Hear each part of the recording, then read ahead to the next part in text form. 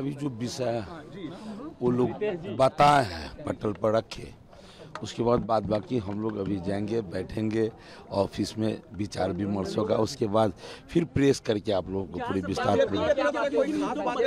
BJP के तरफ से कोई खास बात नहीं, लेकिन ये विषय तो रखा गया कि भाई कुछ समाज, हम समरसता की बात करते हैं, लेकिन कुछ समाज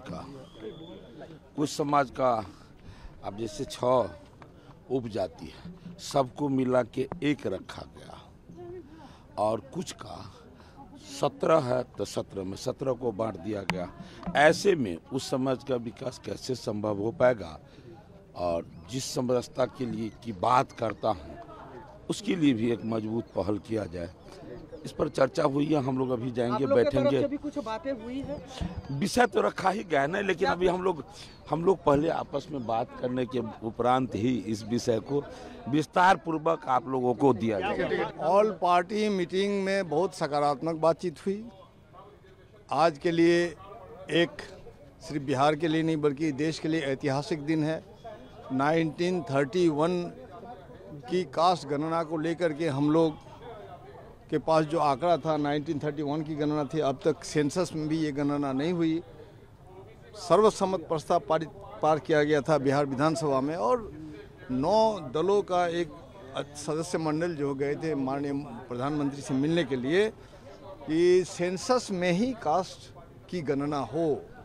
लेकिन चलिए, उन्होंने माना नहीं, लेकिन बिहार ने जो पहल किया है और जो कामयाबी आज हासिल हुई है, ये ऐतिहासिक उपलब्धि है। और बात हुई है, माननीय मुख्यमंत्री ने कहा कि जो भी कमी रह गई या विसंगतियां हैं, आने वाला दिन में इसे दूर किया जाएगा। साथ साथ जातीय गणना के आधार पर जो सामाजिक उत्पीड़न, सामाजिक उपेक्षा, आर्थिक विषमता है, उन विषमताओं को दूर करने के लिए योजनाएं बनेगी और योजनाओं को तैयार किया जाएगा। आरक्षण को उसको लिमिट को भी बढ़ाने की बात, आरक्षण को लिमिट को बढ़ाने की भी बात हुई, और बिहार विधानसभा में भी बातें होंगी। और माननीय मुख्यमंत्री ने कहा कि इसको और समृद्ध करने के लिए फिर तमाम दलों के लोगों को लेकर के, तमाम विधायकों को लेकर के राय मशवरा लिया जाएगा, और जो सबकी सम्मति हुई वही किया जाएगा। जातियों को जो एक साथ कराया गया है, बीजेपी ने सवाल खड़े किए कि कई जातियों को बांट दिया गया है, कुछ जातियों को एक साथ रखा गया, जिसके कारण उनका परसेंटेज ज्यादा दिखाया गया है। इसको लेकर भी क्या कोई बात अंदर हुई है सर? नहीं, इसको बात नहीं हुई है। मान ली कुछ जाति का कोड जो है 2 कर दिया गया, तो उनको माननीय पूर्व मुख्यमंत्री ने कहा कि भुइयां और मुसहर जो जाति का 2 कोड किया गया, उसे 1 कोड किया जाए, उसमें ज़्यादा विसंगति नहीं है उनमें। तो बीजेपी ने भी कुछ कहा इस पर? बीजेपी के जो नेता थे विजय सिन्हा, उन लोगों ने क्या कुछ इस बैठक में कुछ डिसेंट? नहीं, बीजेपी ने कुछ नहीं कहा। बीजेपी भी, चूँकि बीजेपी का भी तो सहमति थी ही, और विधानसभा में बीजेपी का सहमति सर्वसम्मत प्रस्ताव था, तो बीजेपी का भी कहना है कि कहीं अगर विसंगतियां रह गई है, गिनती करने में कोई त्रुटि रह गई, तो त्रुटि को दूर किया जाए। सबने धन्यवाद दिया। एक बड़ा काम, एक ऐतिहासिक काम, एक तारीखी कदम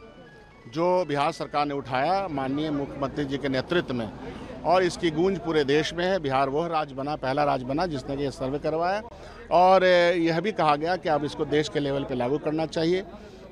तो सबने धन्यवाद दिया है, और थोड़ी बहुत जो भी बातें हुई हैं उसको नेक्स्ट सेशन तक, आर्थिक सर्वेक्षण भी नेक्स्ट सेशन तक लाया जाएगा। तो खुशी का माहौल है। बीजेपी ने सवाल खड़े किए थे कि क्या इसका साइंटिफिक डेटा है, क्या उसको लेकर अंदर भी कोई बात? भारतीय जनता पार्टी के पास बोलने का क्या अधिकार है? राज्यसभा और लोकसभा में इस बात को मान लेते, पूरा डेलीगेशन, हर पार्टी का डेलीगेशन उनके पास गया था, लेकिन उन्होंने इसको नहीं माना। इसमें किसी तरह के रिसोर्सेज की मदद नहीं की।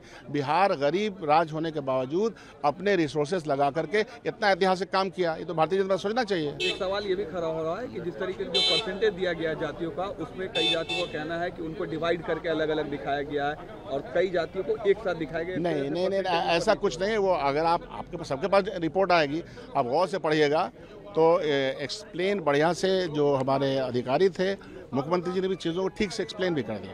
देखिए, रिपोर्ट तो कल ही जारी हो गई थी। माननीय मुख्यमंत्री ने चूंकि सर्वसम्मत राय से ये काम हुआ था, इसलिए सारे ने पार्टी के लीडरों को उन्हें बुला करके अभी कहा कि आगामी दिनों में और कुछ काम करना है, इसका जो आर्थिक विश्लेषण करना है, शैक्षणिक स्तर क्या है डिफरेंट जातियों का, उन्होंने पदाधिकारियों को निर्देश दिया है।